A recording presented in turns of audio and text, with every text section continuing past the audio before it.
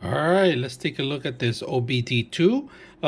It's a car diagnostic system. Now, this is all you're going to need, all right? And this is Bluetooth built in. It's going to self-power itself. So we're going to put it to use today.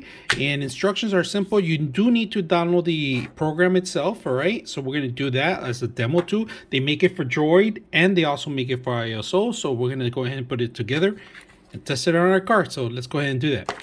You're going to require to download the M100 from the Droid store or the Apple store. All right, so when you first come in your vehicle, you got to make sure you have this connection, all right, to marry it. If you don't have that, certain models, older models will not have it. You're going to have to check your provider, make sure that it fits. So once we install this, pretty much just marry it and simple. You see the little light coming on. And then we're going to use our phone to set it up. So let's go ahead and do it. Simple. You turn on your Bluetooth, you go to connections. I'm doing it out of Droid, but it'll be the same thing. Go to your Bluetooth and you find the actual connection. It's down there if you guys can see it. All right, connect to it. I'm pairing it. Go ahead and pair it. So it's gonna turn into a different color as soon as you pair it.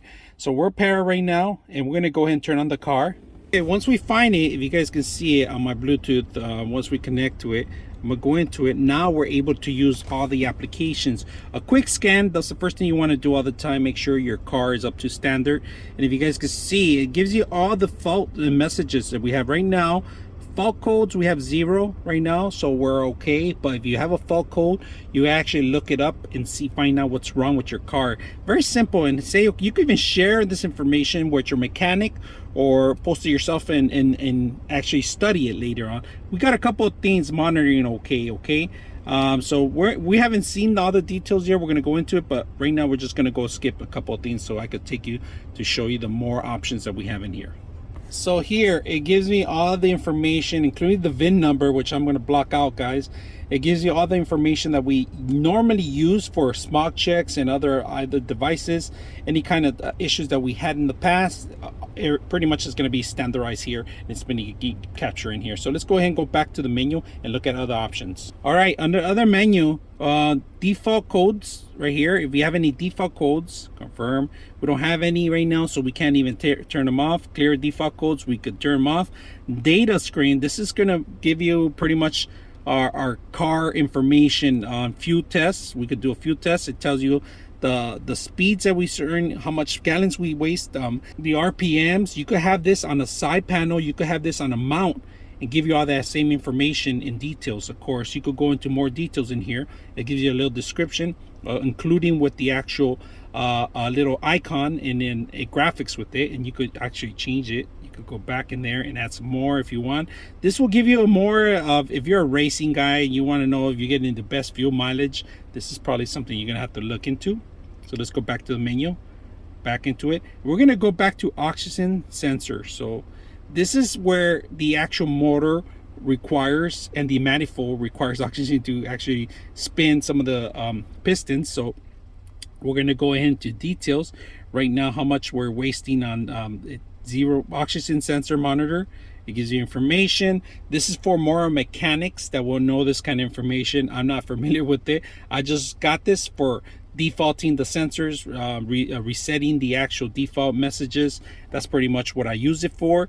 But if something is wrong with my car, I could take this same information and take it to mechanics. It could be a better quote with it. All right, this is a great indication. If you're not ready for a smog check, you can always go in there and go to smog check.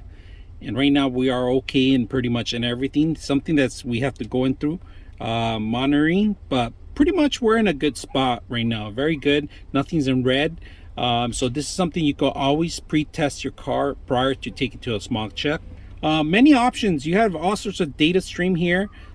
Freeze frame, you could take screenshots of certain things if you want, but right now we don't have any codes or anything like that.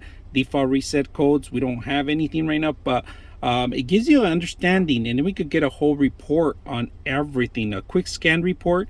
And the quick scan report, we could send this out to any location if we want. Now the great thing about it, I like about, if you guys notice, there's a little icon here, 13.8. That's the voltage on your battery.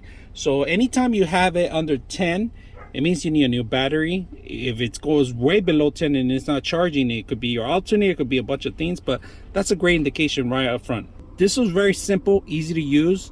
If you have trouble not picking up the USB, unplug it, plug it back in while your car is on. It will automatically find it on the next screen on the VC. It'll find it here, and if you guys can see, it has been connected. We're good. But that's the only trouble I had in the beginning. But overall, the system's simple, easy to easy to use. You don't need anything tether in. It's wireless Bluetooth. So I hope you guys enjoy the video.